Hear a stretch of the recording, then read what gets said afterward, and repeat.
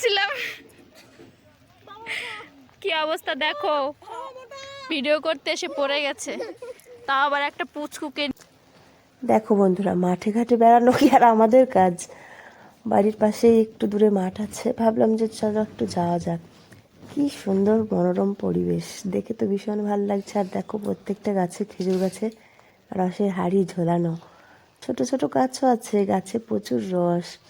আর চারিদিকে সর্ষের ক্ষেত, এদিকে ভুট্টার জমি, কি যে অপূর্ব সুন্দর লাগছে, মানে ভাবা যাচ্ছে না। দারুণ দারুণ।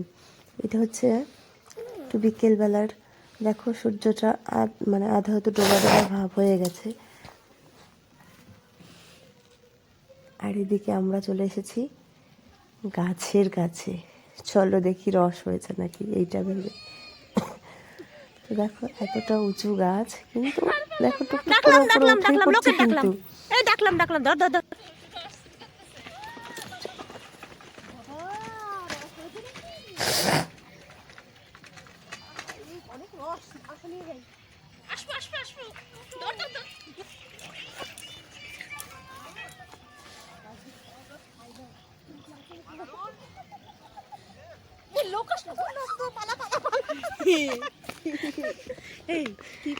শুনতে যেমন গেল, আমাদের কাছে বললো বৌদি আজকে পালাবো।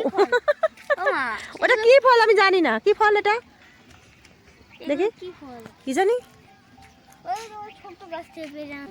আমার পাপা একটা ফল নিয়েছে, তুমি বলছে এটা বিষ ফল। বিষ ফল আবার কি? আর দেখো কি সুন্দর জঙ্গলে যে ছোট ছোট ফুলগুলো ফোটে না, মানে সত্যি এত সুন্দর লাগছে, কি বলবো। আর এই দেখো ভুট্টার গাছগুলো সবে লাগিয়েছে। আর সর্ষে ক্ষেতের কথা তো বলবো, আর কি কিছু বলারই নেই। আর এই দেখো পাপা লাগলো, আল দিয়ে কি হাঁটতে পারে? পড়ে গেছে ধপাস করে। ওয়াও কিতনে আচ্ছা।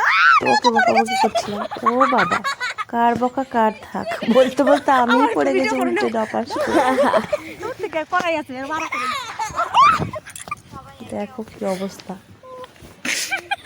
আমার কোলে ছিল আমার ছোট্ট সোনা বাবা। ভিডিও করতে আমি পড়ে যাচ্ছিলাম, কি অবস্থা দেখো, ভিডিও করতে এসে পড়ে গেছে, তাও আবার একটা পুচকুকে। ওঠা ওঠা, ইমা পড়ে আছে, মা পড়ে আছে, আর ছেলে দেখো দাঁড়িয়ে দাঁড়িয়ে দেখছে।